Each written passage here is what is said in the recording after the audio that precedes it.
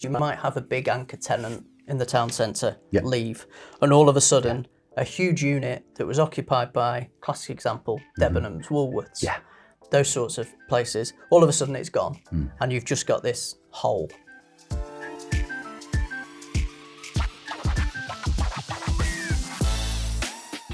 Hello everyone, welcome back to Black Cat Chat. Andy Clow, Marketing Director here at Black Cat. Today we're back in our normal studio environment, and we've brought in a Black Cat for the first time this season. A new joiner to the team, so with new service lines as well. So I'm here to, as always, learn a lot, being the 6-year-old in the room. And so today I'd like to welcome Tom Smith, Development Advisory Lead. Does that cover it? That's right, yeah. Excellent. We're going to find out a little bit about what that is. And then, unlike normal episodes, we're going to go into a bit of about you. So we're going to reverse it this episode. So, Tom, quick hello from yourself, and then why don't you treat me like an idiot and tell me what it is that you do? Sure. So, Tom Smith, I joined Black Cat about 3 months ago, setting up the Development Advisory service line. Development Advisory, it's really difficult to describe. So what I'll do is I'll try and talk you through the sort of questions that we try to help clients with. That makes perfect and help sense. them answer. Yeah. So there are lots of big ideas out in the world, people who've got great ambitions, great plans in all sorts of things. Many of them never get anywhere, half finished, half done. And development and regeneration is exactly the same. Yeah. So people have these great ideas, but for whatever reason, they never quite happen. And my job is to get into developments and regeneration plans and work out what's stopping them from coming forwards. Okay. What are the problems? So is it something to do with the site? Is it the finances don't stack up? Do they need some help with funding? Are they having planning problems? Whatever that issue is, my job is to come in, identify that problem and help work through a solution. Yeah. So ultimately, what the Development Advisory service line is looking to do is help clients just turn their ambitions and their plans into actual real deliverable projects. That makes perfect sense. You mentioned people and clients. Give us an outline of what that person might be or what their role is. Where do they sit in society? What are we looking at? So broadly split into two different sectors, public sector and the private sector. So that's just local authority and government organisations, and then private businesses, private developers. It can be property owners who own property almost through default. Okay. I think a lot of people don't realise many businesses, property isn't their main thing. It's not what they do. But if you take someone like Tesco as an example, they're an enormous property holder in the UK, but they don't actually, property's not their thing. They sell stuff in the property. So there are a lot of clients where they've got these properties by default and they don't know what to do with properties at the end of their life cycle, at the start, maybe they need some help changing the use in the middle. So there are those types, but the two main ones are public sector and private sector clients. So give us some examples then from the public sector, because I know that's something that you've got a background in. Yeah. But give me a greater understanding of that client. Well, you've identified a need. Where do you step in? At what stage of that life cycle in most cases? Sure. So my service line is very much at the start of development. It's to help people get to planning, get a planning consent, get a contractor, and get on site. Once they're on site, I kind of pass that then over to the rest of the Black Cat team. Right, okay. Who are very technical. They understand everything that happens once the bricks are laid, once things are going on. That's where I sort of step away and hand that over. So with local authorities or Mayoral Development Corporations, combined authorities, often what they're trying to achieve is the regeneration of an area. Yeah. High streets have really suffered in the last 15 years. Everyone knows, the advent of the internet, Amazon, COVID has all resulted in town centres changing. Yeah. So many local authorities are looking at their town centres and thinking, right, we need to do something here. We have to intervene to make sure we don't become a ghost town and to make sure our residents have somewhere great to live, work and play. Yeah. So quite often, there's the ambition I was talking about earlier. We need to do something. We need to make our town centre great. Yeah. And that's as far as they've got. They're not quite sure where to go next. So at that point, I, alongside other professionals like architects, urban designers, can come in and say, well, why don't you focus on this area because of X, Y, and Z? It's got great transport. It's got some retail. It's got amenity. And why don't you have a look at these sites? Because potentially they could be really good residential sites. It might be next to the river, next to the train station. Could be any range of things. It might be there's a demand for employment sites. So my job is to come in and help those local authorities work through that process. So there's the site-specific stuff. This site would be good as this site would be good as that. But how does that fit into the wider town centre? How does that integrate with the social infrastructure? Doctors, surgeries, schools, hospitals, how does it all work together? And that's often quite a challenging and difficult question that needs to be worked through. That's a broad scope in terms of the conversations you'll be having with multiple people and organisations across that. So, in terms of the regeneration, which is something that Black Cat work with across the board with many of our colleagues, that's comparatively, is that more your focus than it would be for, say, development on, an out of town? I'm very much involved in both. Okay. I think the reason I tend to talk about town centre regeneration is because it's what my background is. Right. Okay. When I was at CBRE alongside the three founders a number of years ago, I was involved in Stockport when that was an emerging idea. They've subsequently set up a Mayoral Development Corporation, had a lot of success. And I moved from CBRE to the Mayoral Development Corporation and Stockport Council and worked for them for 2.5 years as a development manager, managing the delivery of the sites that they had within the master plan area. So that's why I tend to go back to it, because I've been in there, I've seen it, I've done it, and that's what I've done most recently. But development applies across all sorts of land and property. It could be out of town, could be town centre, could be anything really. Okay. That's cool. Okay, good. And all right, so let's say there's not necessarily Stockport, but an ideal client for you. There's an urban centre somewhere up and down the country in the UK that's in need of your help. It may be, I don't know, something that's lost recent investment, but does have a positive attitude. How do how does that first meeting go from day one through to the point that you pointed out earlier about the handover of, not quite the handover of the keys, but that stage where other people are then responsible? Where's that conversation come from?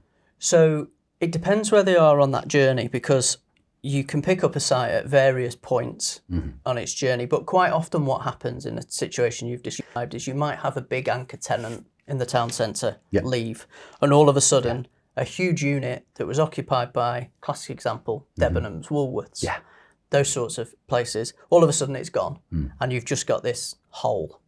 So what we would do at that point is probably alongside an architect, we would sit down with the council or local authority, whoever it was, and say, well, what do you want? What are you trying to achieve here? And it might be as simple as, we just don't want it empty. We don't want it sat there doing nothing. It might be that they've got significant housing targets and they think it might have some use as residential. They might say, well, we just want to get someone back in it now, in which case you're looking at a retail market. So what we do at that point is we identify what the client's after, we work out what the vision is, and then we start to run options appraisals and options analysis on those sites. So we might come up with a list of 7 or 8 possibilities, knock it down, put a car park on it. It's always one. Okay. Residential, offices, retail, leisure uses. It could be mixed use. You could have a combination of those things. Flexible offices, something which works quite well at the moment. So spaces that you can go into and rent for short periods rather than committing to a 10-year lease. And the architect will draw up some plans for each of those, and then I will do an assessment on both the market to see whether there's demand for that product or not, and also run the numbers in terms of the financials. What does that look like in a development appraisal? If you put all of the costs in and you put all the values in at the end, are we making money on this, or is there a gap? And if there is a gap, it's not the end of the world. There's ways to plug that. But that would be the starting position. What's your vision and what are the options? And we'll work through those to come up with a solution. So in the time that you've been doing this, have you seen, I see it as a general person walking around towns or on the train and seeing cities and towns develop, are you seeing trends develop? What are we expecting our town centres to look like in the next 5 to 10 years from your experience? Sure. So the simple answer is far more residential in town centres and city centres. What we saw historically, going back sort of before the recession in 2009, was people were moving out to the suburbs and commuting into towns to work. So the housing developers, they were all doing their schemes outside. Mm-hmm. Retail at that time was still doing very well. If you wanted to go shopping in Manchester, where I'm based, you go to the Trafford Centre, you go to the Arndale, people still went out to do the shopping. So there was a draw to town centres from those uses that in reality is no longer there, or is there in a very small way. So what's now happening is we're seeing those buildings and nearby buildings converted or built into residential properties. And what that does is it puts people on top of all the amenity that they could need. It puts them on top of often their work location. Yeah. So if you take Manchester as an example, huge employment area, big student city as well. If you put the residential in the city centre, people want to be there. Yeah. You remove their commute, you make life easy for them. And often they live in a new build flat on very flexible terms. They don't like it, go somewhere else, they can move out. So I think much more residential, driving town centres, and the integration of sort of all of people's lives in those locations, rather than it being a place you come into and go out of. Yeah. It's now a place you go into and stay and live. Well, since joining Black Cat, I've spent a lot more time in, the other great cities of the UK rather than being in and out of London all the time. And, spending time in Manchester, obviously a lot, in Birmingham, up in Leeds recently, where we've, this week of recording, we've now opened our new office and been to Newcastle and everything. You're seeing these, great historical cities with loads of landmark architecture, but you see, just observing, you can see all this change, the residential coming in. So that's a really interesting piece to see how people are doing it. Do you genuinely think that's being market driven, as in we need to change these assets, or it is being driven by the consumer as to they want to live in those spaces? What's the feedback that you're seeing from these great cities? It's both. There's both of those and other things as well. There's big pressure from the government. Everyone's heard this 1.5 million homes target by whenever it is. I couldn't even tell you. So there's pressure on the councils to deliver housing. People want simpler lives now than perhaps more simple lives, I suppose, than perhaps they did in the past. So everything in one place. Quite often these flats are just all inclusive. Your bills are included, council tax, your internet's there, everything's in one place. That's a consumer trend, which is driving it. I think it's a combination of a lot of things that are driving that trend. My wife and I were in Battersea over the weekend, and we were walking around some of the residential flats there in exactly what you're talking about, but you're talking about definitely financially the premium version, because we went, I wonder how much one of these little 2-bedroom flat might cost, and it's got 7 numbers in there, and you go, okay, no, not these ones. But I think if you look in Manchester as well as that example, and you're talking about the student accommodation, and seeing the standard of student accommodation, is that stuff that you're seeing within lots of towns, or is it just the big cities? Are you coming across that?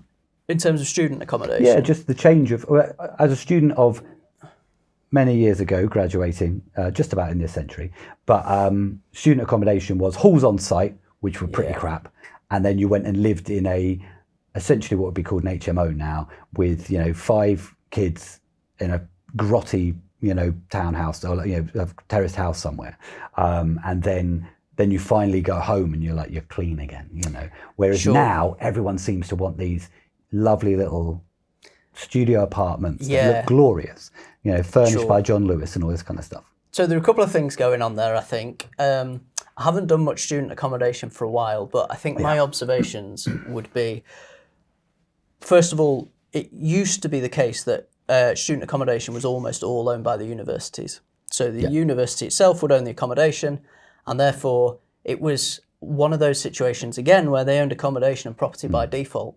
That's, being landlords isn't what they do. Ex-army they barrack teach type people. style, yeah.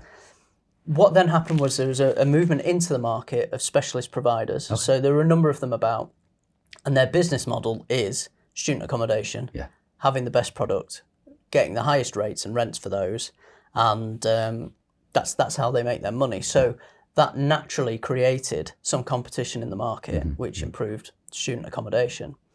The other thing I would say is I think the younger generation are changing, and they're not like we were when we were at university. Yeah. We had entirely different objectives, which we didn't have to pay for it being that old. Yeah, didn't really revolve around learning so much. Absolutely. We did what we wanted when we wanted. Graphic design degree. That's quite easy. Yeah. Yeah, sure. So I think just those changes in younger people as well is likely having some impact on that, and they won't accept these poorer areas that we perhaps might have done. Yeah. I don't want to dwell too much on that, but it's definitely something that I've noticed in going to these cities, the real change in the landscape and everything there. So, all right.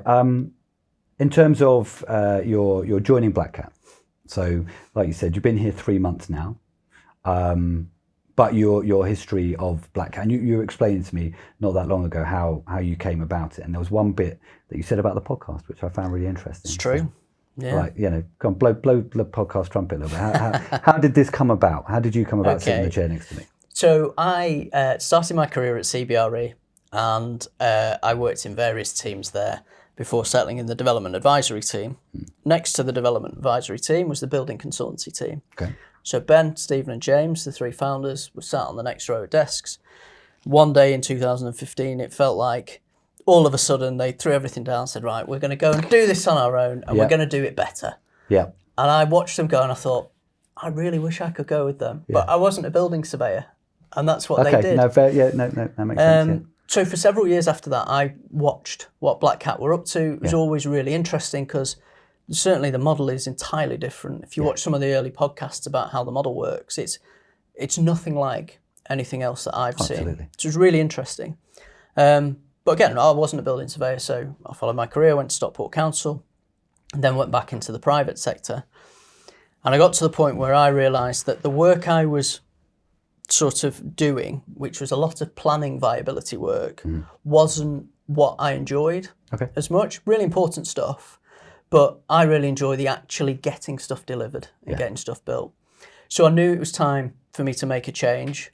And I was on holiday at the time in Cape Verde on a sun lounger. Yeah. I thought, I wonder what those boys at Black Cat are up to. So I had a bit of a Google, and I started to see that it wasn't just building consultancy. There were, I think, 75 people in the team when I looked. About a year ago, 9 months I ago, think it was something probably like that? more recently than that. Okay, I'm losing track. 91 as of today. Yes. That's the one number I do know. That's the one that counts. So I had a look, saw that they had asset management services, ratings team, a cost consultant, which is quite important in the work that I do. Of course, yeah. So there were all these different teams, and I thought, well, maybe there's an angle here. So when I got back from holiday, I called Ben and told him the dream. Yeah. And I said, look, I'm looking for my next challenge. I do development advisory, regen advice, and I think there's a real opportunity for a service line of that type in Black Cat. Yeah. Because currently Black Cat's expertise is more towards built properties. Things that are already there, they've already been done. They need maintenance, they need dilapidation There's reports. Design and build, but the majority of the work that you say is from that script. So they have all of that. What they didn't seem to have was someone who answers those big questions that I talked about earlier. So what can we do with this site? What are the options? How can we get it off the ground? We've got a problem because we haven't got funding, we haven't got finance. So the idea really was that I could come in and offer that service line to clients who could then have a seamless sort of transition into the services that Black Cat currently does. Yeah. Or not. Other service providers are available. Of course. They're not as good, but just a bit out there. Absolutely not. And that's one of the reasons I phoned Black Cat and not someone else, because their reputation really precedes them. But to come onto the podcast, part of that research as I was looking at Black Cat was going on and having a look at the sort of the journey and the stories that were being told. And as soon as I watched that, I thought, I fancy that. That's good. It's good. Well, it's a delight to have you here. So I suppose outside of that, the narrative of joining Black Cat, you've obviously had a career doing this. I mean, what maybe you could give us kind of like a bit of a understanding of a highlight project. Which maybe it just sparks the idea of a listener or a viewer to go, actually, that's the kind of challenge that we're facing. Okay, so what I'll do, I'm going to talk Stockport because the main reason is they're quite far down this journey. Yeah. And a lot of places aren't. A lot of places are 6 to 10 years behind the journey that Stockport's been on. So there are actual schemes that I can point at and say, that's perfect. We started with those and they're now out the ground. So Stockport set up their Mayoral Development Corporation in about 2018. But prior to that, there was a lot of work that went into what should go where and what the ambition was. The ultimate ambition at the time was 4,000 homes in a set area and 1 million square feet of employment space. Okay. So we had this target that needed to be met. And we found various plots, various bits of land that were either in operation, maybe they were car parks, and we identified and prioritised which ones would be great for development. Just in terms of, just because I've not been to Stockport. Sure. So we need to do that tour then. We'll do that tour, of course. Yeah, we'll bring Parry along. We can do it, on camera as well. But if we're looking at what type of town is it? Is it it's a suburb of Manchester, right? Correct. So it's one of the 10 Greater Manchester authorities. It is historically, like a lot of Manchester is, a bit of a mill town. There's a lot of, the Industrial Revolution all happened around there. So there are various mills dotted around. And off the back of that, industrial uses popped up around these mill areas. What that's meant is in what you would consider to be really the town centre, there's quite a lot of industrial stuff that doesn't really fit with the modern vision of these town centre and city centre living. That also introduces, there's also safety issues as well. Yeah. When you've got lots of residential and people overlooking spaces, they're safer. Yeah. And that's how you want your towns. So, completely forgotten your question. That's absolutely fine. We can edit this bit out. Yeah. But in terms of coming back into, I suppose we'll come back into the vision that Stockport had and how they're scoping that out and the experience. You're taking back to 2018 essentially. Yeah. So we came up with all these plans, all these ideas. We think these sites should be targeted. And the idea was always that the MDC would be a facilitator. Yeah. So it would get things started and then the private sector would come in and they'd take over effectively. They'd start saying, oh, Stockport's got something about it. We need to be there. Yeah. So there were a number of sites that we identified for housing uses, which now, and I drove through them this morning on my way to the train station, there are fully completed buildings on. Awesome. There is a adult care facility, which I worked on when I was at Stockport Council, which is nearly finished, I think. Later this year, that will be done. But that's one of those things that addresses a real need in the town, that the hospital is not great. It's old, it's dated, it needs a lot of work. Yeah. So taking some pressure off that is great. And then there's ongoing things. I'm working with a client at the moment who's a private sector developer, got some great experience in bringing forward build to rent homes in Greater Manchester. And they've got this fantastic site in the town, right next to the shopping centre, near the retail area. It ties the two together. It's in the crook of the river. Great site, but the viability doesn't work. Okay. So they've brought me in to help work through that problem and try and find a way to get that viability gap bridged so that we can get this development of nearly 600 homes. All right, six-year-old in the room bit then. What do you mean the viability doesn't? That sounded brilliant. Yep. And then, it doesn't work. So explain what you do. It's a really good example. So with viability, all I'm really saying is it costs more to build than it does to sell. Okay. That's the simple explanation. Right, okay. I didn't know that. You know, if you make some widgets and they cost you £1 to make, you can only sell them for 50p, you haven't got a business. You haven't got anything. Yeah. So what we do is we look at that project and we say, okay, it's not viable. Why? What's causing the problems? And developers need to make a profit or they won't build anything. Yeah. One of the things I think people get a little bit hung up on and upset about is that developers make money out of these things but still say that they need help to do them. Well, if they didn't make any money, they wouldn't do it, and then we'd have no development. So what's happening is they've looked at this development and said it nearly works. We've just got a gap of so much, which as a percentage of the scheme isn't huge. How can we solve that problem? And at the moment, the Combined Authority in Manchester have twice a year, they put a call out to sites who have viability issues and say, tell us about your site, tell us what your problem is, and tell us how we could help you solve it. Okay. So what we've been doing is working very closely with the Combined Authority to help bridge that viability gap through some government funding, essentially. So it's not free money, which everyone seems to think it is. It's a loan at a reduced rate compared to what you would get in the public sector. So if you went to the bank and said, lend me £100 million, they might say, yeah, no problem, I'll do that, and it's 8% a year. Well, 8% a year on £100 million over the lifetime of a project is many millions of pounds. That's, that makes your scheme inviable because that cost has to go in. Whereas if someone could come along and say, we'll give you however much it is now, but you don't have to pay us back for 3 years, and you only pay us an extra bit if the scheme makes it, well, all of a sudden that tips a project into viable. And that's a very simplified version of what we're looking to do on that site in Stockport.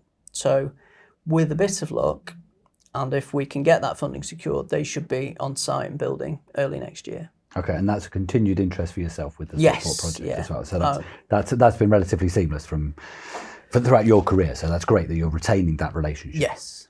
Okay. And is there anything else, not necessarily to name any clients or anything, but anything exciting coming up that you're either working on or in discussions with, again, to inspire people as to what development advisory could actually be for them? Sure. So for me, the exciting thing is the Mayoral Development Corporations. Stockport did that first. They've done the model. It worked. So there is now a blueprint that says this can work if you get it right.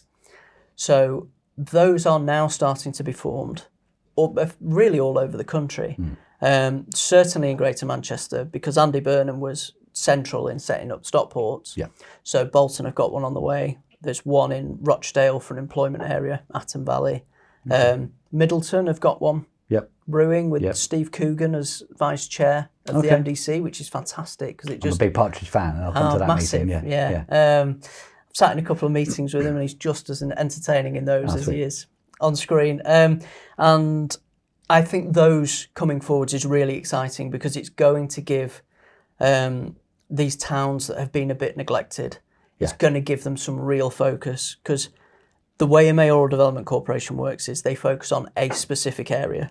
They don't get distracted with something going on the other side of the borough. It's this area in the town centre, there's a red line around it, and they can't do anything outside of that. That's their focus. Okay, fine. So what it means is, rather than having a stretched council team who are trying to do everything and juggle all sorts, there's a real focus on these areas. And I think those being set up is really exciting because it opens up all sorts of opportunities, not just for the councils to get things moving, but for the people who live there.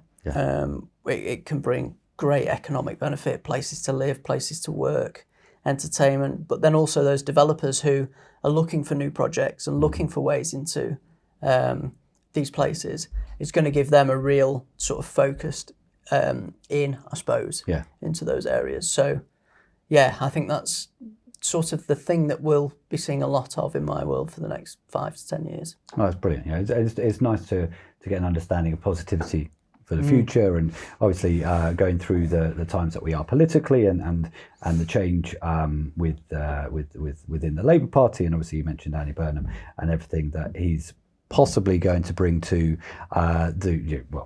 to British politics anyway, but this idea of a number 10 in the north and everything like that, and that it's going to be interesting times to see how that develops, and I hope it does have that positive effect on those towns across the country as well.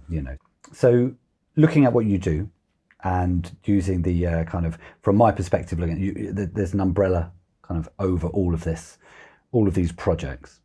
How does that fit within the Black Cat family or synergy? You know, where do you fit and work alongside the colleagues that we work with? Sure. So my work, because it's so broad and wide and big, really, I'm useless in isolation.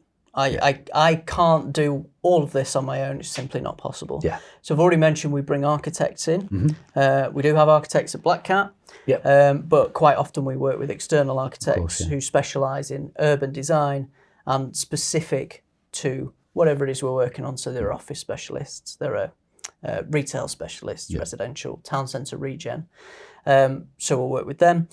Also cost consultants. We've got Danny, who we work with quite closely. Yeah. And others now. What I can do is I can work with the architects, come up with some plans. Yeah. So this is what we want to do. How much does that cost? Too much. Yeah. And it comes back. Normally. Yeah. I can do very high level cost analysis. I cannot go into detail of how much windows, facades, doors. I can stick a cost per square foot on something. That's as far as my ability goes. Yeah. And you certainly can't rely on that at all. It just gives us an idea. So we work with them. And then as designs evolve, you start needing M&E specialists. You need to make sure. You had Tony on who did a great podcast about the Building Safety Act. Absolutely, principal designer role and everything. The implications of that. That all needs to be worked into design and thought about, and compliance with that is absolutely critical, because if you don't get through those gateway stages, you set your build back potentially years, and time costs a hell of a lot of money in development. Yeah. So, we really tie into all those services. We have an asset management team who work on a number of shopping centres. That's right, BCAM, Shopping centres we've already mentioned quite often aren't doing so great, so they need some development work, but maximising their value and managing them in the best possible way is really important in the regeneration picture. And then I suppose we've got the ratings guys. Once these things are built and up and the government comes for their slice, we need to make sure that's fair and the right number. So it integrates really well. And what I've found in my career is actually even the bigger firms, they're not very good at integrating what I would call commercial services, which is what I do, with the technical services, which is what the building surveyors, for want of a wider term, do at Black Cat. Those two things are very rarely integrated. They happen in isolation, and they shouldn't really, because I can think of a number of examples where having that technical input earlier on in design would have saved time and effort, because things don't have to be redrawn or re-looked at. And the guys at Black Cat are always happy to cast their eye over plans and have a look and make sure that we haven't dropped a clanger somewhere that you wouldn't pick up unless you knew. Well, that multidisciplinary team is at your fingertips, right? No, we had our guest Nick from Goss Consultancy on the other day, and he was very clear. With the accessibility point, it's like it's a lot easier to move a line on a drawing than it is to move a wall. Absolutely. And that kind of applies across the board, right? Yeah, and he's exactly the sort of person that you want to be putting plans in front of early on. Yeah. To make sure you've got these things right. Absolutely. Because you can't just carry on. You have to go back to the drawing board and redraw and make sure everything works, and it always has knock-on implications. But hopefully at Black Cat we can catch those things before they even become a problem. That makes a lot of sense. Something that you mentioned, Tom, was the lifespan of these projects and the experience of Stockport. That's 6 to 8 years along the line. What's the expectation for a town or a village or city, whatever it is, in terms of that lifespan? Because it doesn't work with building consultancy generally. We're doing a 3-week or a 6-month, maybe a 2-year project on a big building. This is very different. You'll be in it for a long time. What's the scope? So it varies. You can have an individual project within an area, and you might have a 3 to 5 year timeline from start to finish. So that's one site, one building. Yep. We go in, we work out all the issues, we get rid of all the barriers, we get planning. You get on site, you build it, finished, get sold. Yep. Great. Okay, that's the whole span. Okay. That's one thing. The question about how long are you in for is how long's the town there for, really? Yeah. So with Stockport, they had a 20-year horizon on the plan for the MDC. So there is another 10 to 12 years in the existing plan. that is only the existing plan. So that will be updated. Yeah. It will change. The world will change. Technology will come in. There'll be new ways of doing all sorts. And the current vision for all of these places will not be the future vision. It will change. So it's a rolling thing. And there, if we look at my role as advising a local authority, theoretically, that could just carry on for as long as the town is there. But 5 to 20 year time horizons are not unusual on these projects. And then something you've got going right back to the beginning of talking about this, where you're like to get to that point where you're handing the keys, as the bad metaphor or whatever I used.